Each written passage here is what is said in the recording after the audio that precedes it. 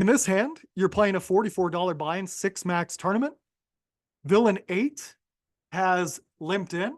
From the small blind, you have 7-4 of clubs. In the big blind, you have 32.5 big blinds. They have 27.2. Here, would you like to check or raise?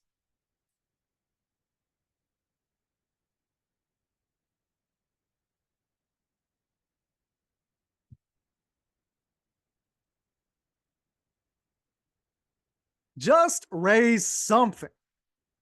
Just anything. The amount of crap people limp in from the small blind now should insult you. They think you can't play, period.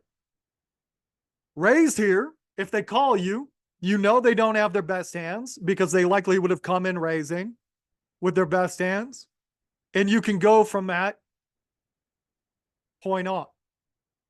So I've been asked, do you do that every time? Yes, almost every single time.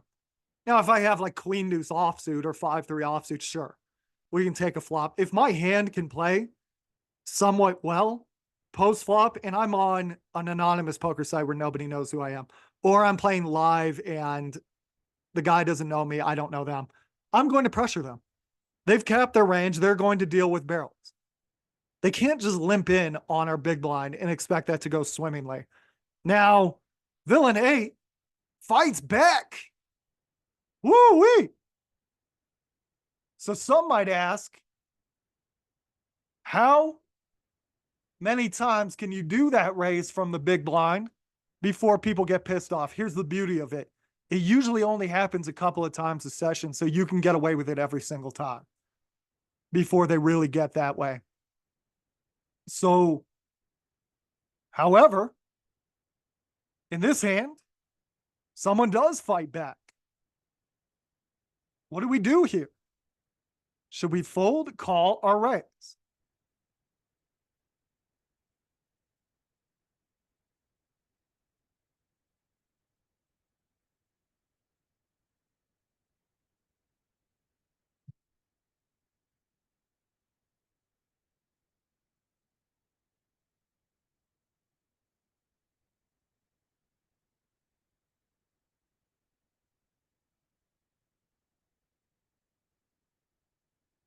That's time.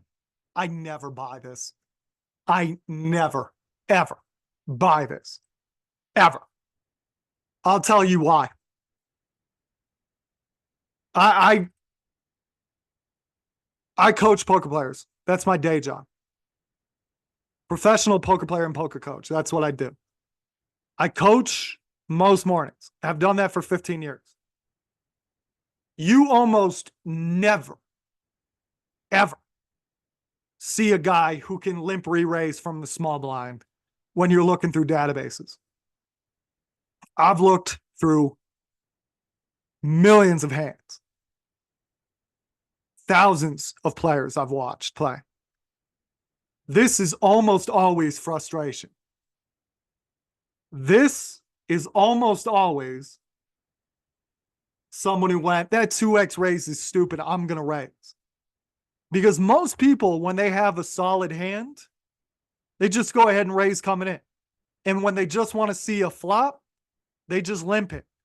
It's exceedingly rare to find someone who's going to limp re-raise here. And if they are going to limp re-raise, they usually just limp shove. They just go, all right, it's a 27 big blind shove over a raise. I can do that with my pocket sixes or whatever it is. When they make it 6 big blinds like this, it's aces or kings that got cute. And most people are terrified of limping in aces or kings because if the person checks back with 8-2 offsuit, then the board comes 2-2-5. Everybody at the table is going to go, oh, it's your fault because you limped in. So most people come in for a raise with aces and kings. They don't have the gall to limp re-raise it. And if they had something more middling, like pocket sixes, like a king jack, and they just wanted to limp shove it, they would just limp shove it, put the maximum pressure.